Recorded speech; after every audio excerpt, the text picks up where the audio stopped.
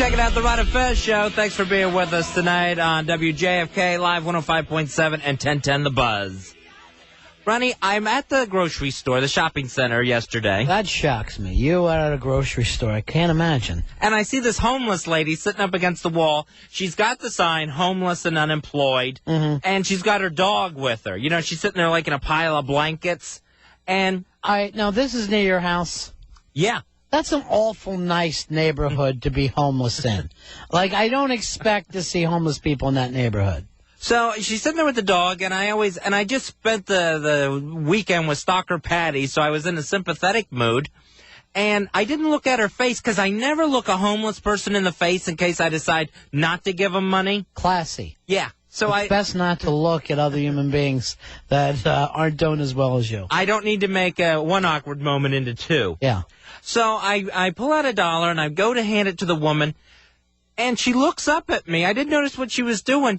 She takes a cell phone down from her ear. Well, first she says, hang on just a second, to whoever she's talking to on the cell phone, and then says, thank you to me, and goes back to talking on this really nice cell phone. All right, so she's homeless. Of course she's going to have a cell phone, Fez. It's not like she has a house. Well, to me it just, it's like, all right, maybe you could get something to eat if you didn't have the cell phone bills racking up. And where are they sending this bill to if you're homeless? So what you're saying, she's not homeless, it's a job. Here's my rule of thumb with everything like this. And I don't know how most people feel about homeless people. 866-277-4969. 866-277-4969. I used to give money to every homeless person that asked before I moved to New York. And then I would have no money by the time I got home because so many people ask you for cash. So my rule of thumb, and it's going to stay this way forever, if you want to get $1 from me, you got to put on a little show. I will give out $1 to somebody who's dancing, playing the trumpet, tap dancing, I don't care. But you can't just stand there. You got to put on a show. Don't tell me you can't be in show business. Bongos, yes, I am there for you. But you just can't ask for money and get it. That's a little too much. What about the pet gimmick, where they have a cat or a dog with them? Again, why should you have a cat or a dog if you're homeless? The first thing you should do is find shelter for the cat or the dog. You're not Mr. Bojangles. And the difference between Mr. Bojangles is he would dance. That's why the people yell Mr. Bojangles, and they know his name. But it's so sad when his dog up and died. I remember, 15 years, he still grieves. All right, here's Tommy Bateman coming in to talk. Yeah, I used to live in Arlington, which is kind of an upscale area, and now there's 3 or 4 homeless people all around, and I personally think it's a scam because they come in on the metro, and a couple of people I know have seen them changing. Because it's a nicer neighborhood that you can live in. Yes. All right, I'll tell this story. Fez and I just get into New York, and like a couple of rubes, we come into town from Florida. Like a couple of, we might as well have on check suits and carrying suitcases and looking up at the big shiny buildings. So it's a freezing cold night. In the middle of this woman is coming down the street, and she's just walking like a zombie towards us with her eyes as big as you can imagine. She's naked except for a trash bag that she's wearing. And she's like, can you help me? Can you help me? And we're like, my God, yes, we can help you. We start pulling cash out. And are you going to be all right? Should we take you somewhere? Nah. And off she wanders, down the street with us. Well, we move into that neighborhood. We start to see her a month later, a couple weeks later. Years go by. This is her gimmick. This is her job. We actually get to know her and see her around and say, hey. And that's what she did. And I mean, honestly, if I'd have just been a tourist in the town once, I'd be telling this story 40 years from now. Oh, my God, this woman was so bad off. She's barefoot in a snowstorm wearing a trash bag, and she was naked. And all this was a great act. Now, rather than go back later and say, where's my money? I'm like, hey, that was terrific. That, to me, that's a show you can put on.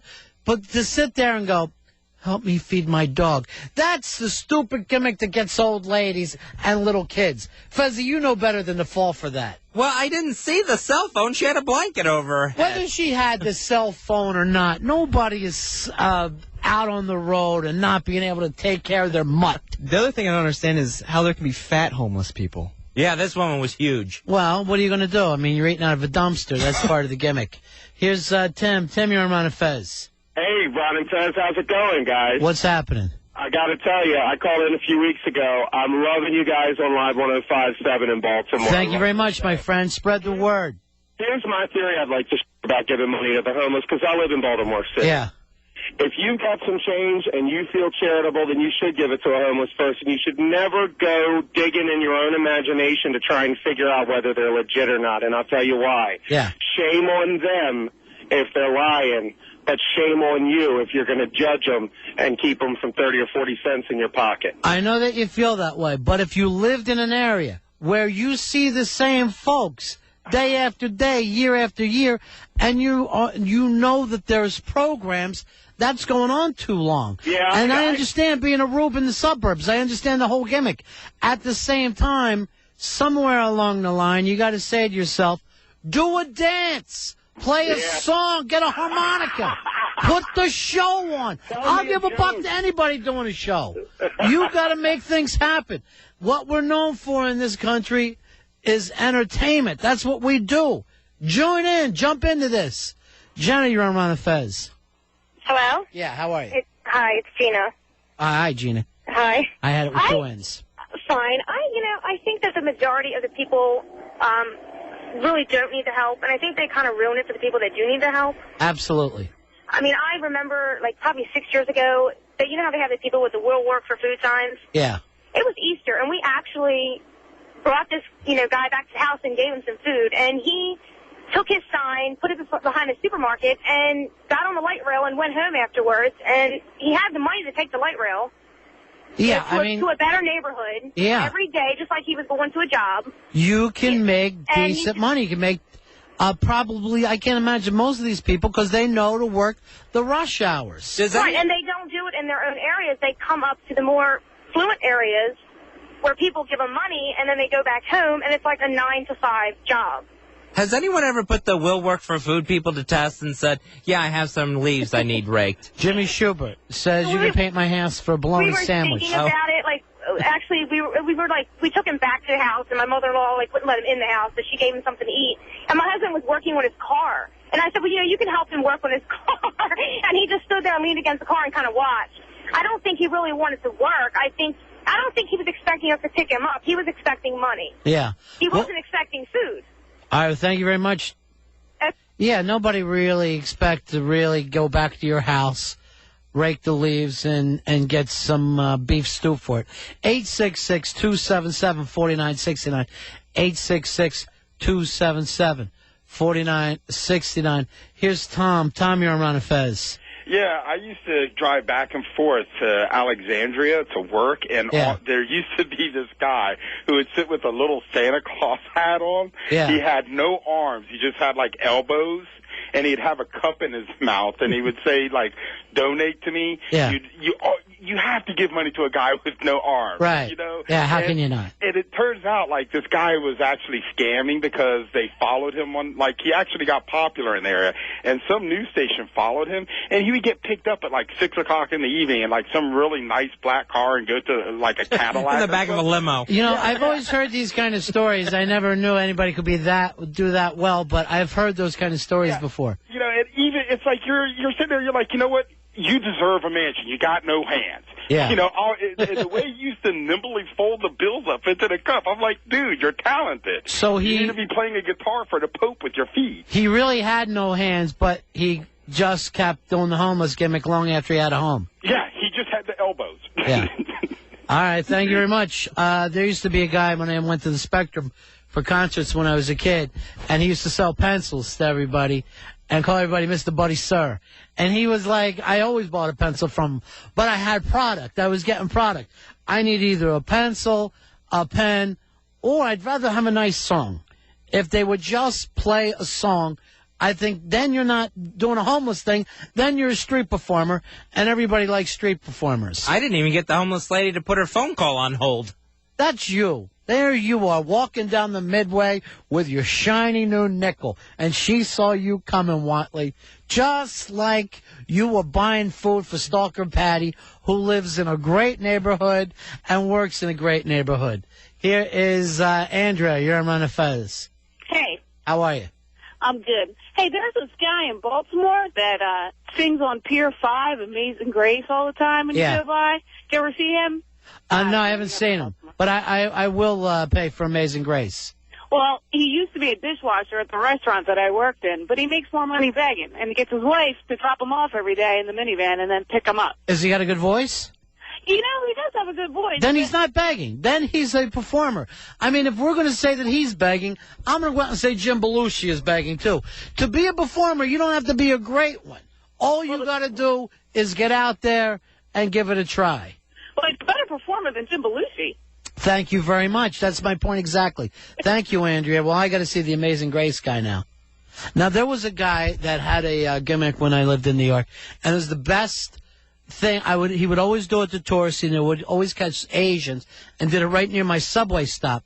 He would bump into them, and he would drop this bottle of beer, and it would break on the street.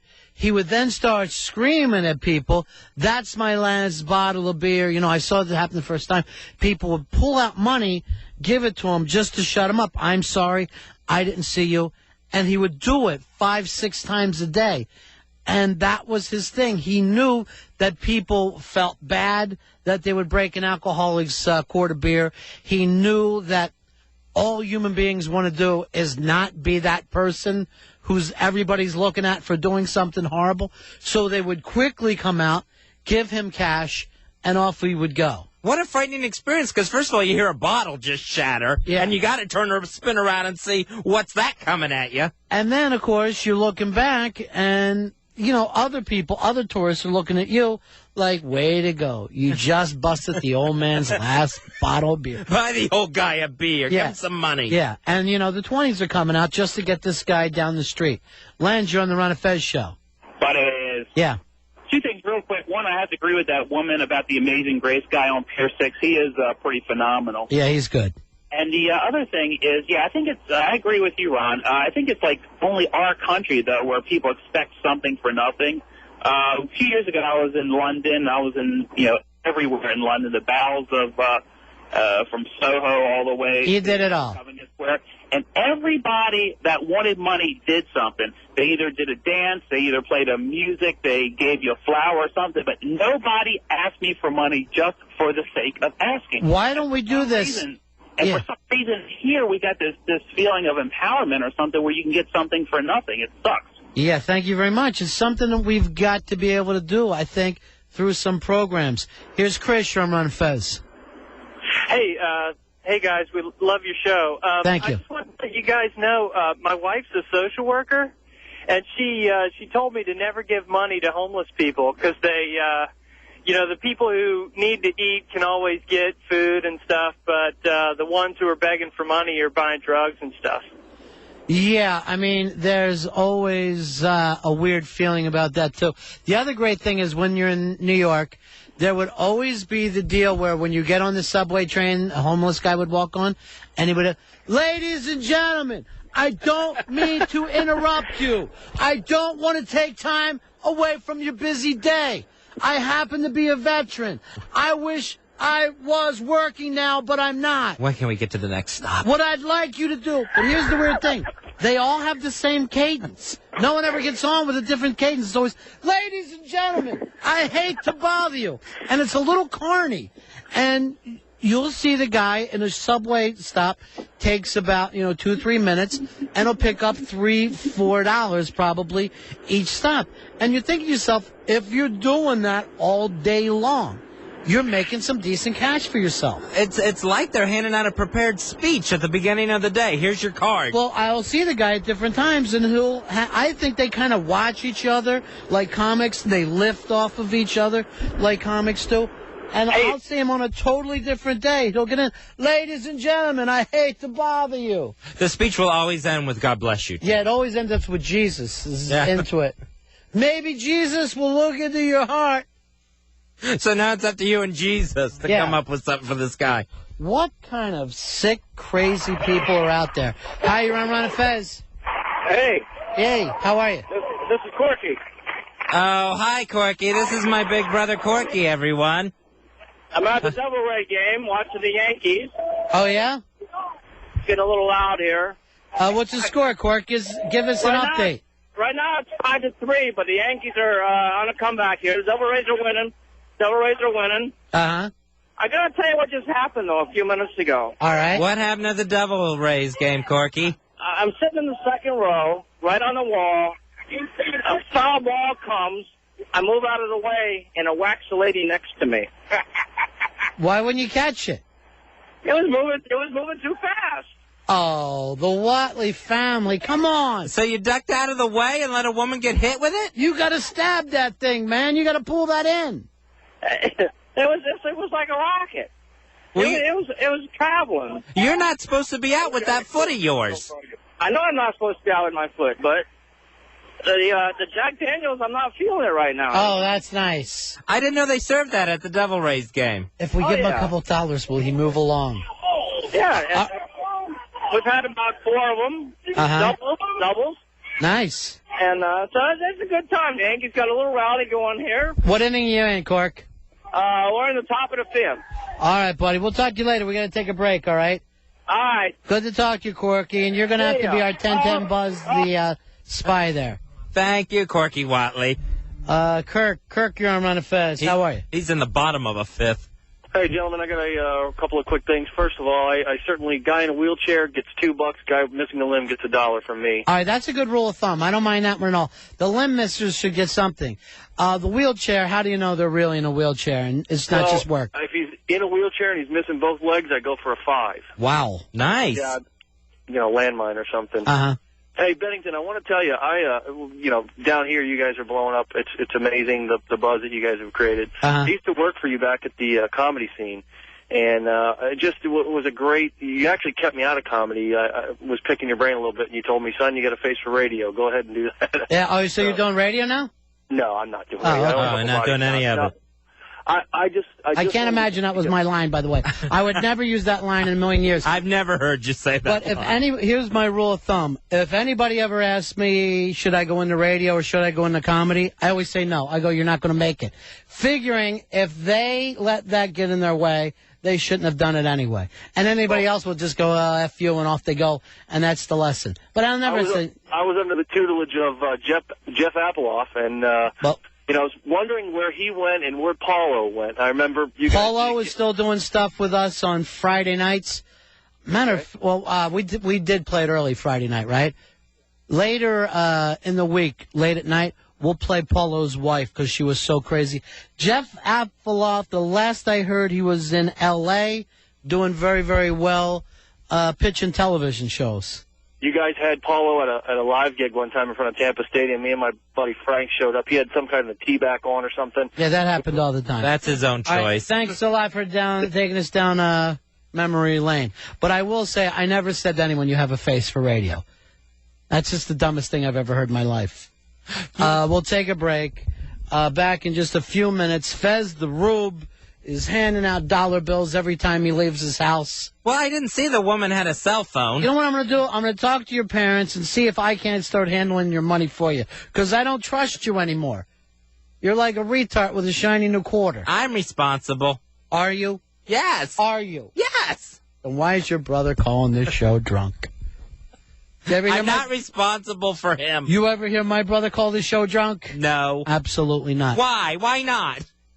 Just once in a while. Raised differently. We were raised differently. And Catholic. they don't serve Jack Daniels at that stadium. We were raised Catholic. Not Lutheran, which I guess you're following Luther Vandross. I don't know how it works out. Martin Luther started the church. We'll take a break. We're right back. It's the Ron and Fez Show.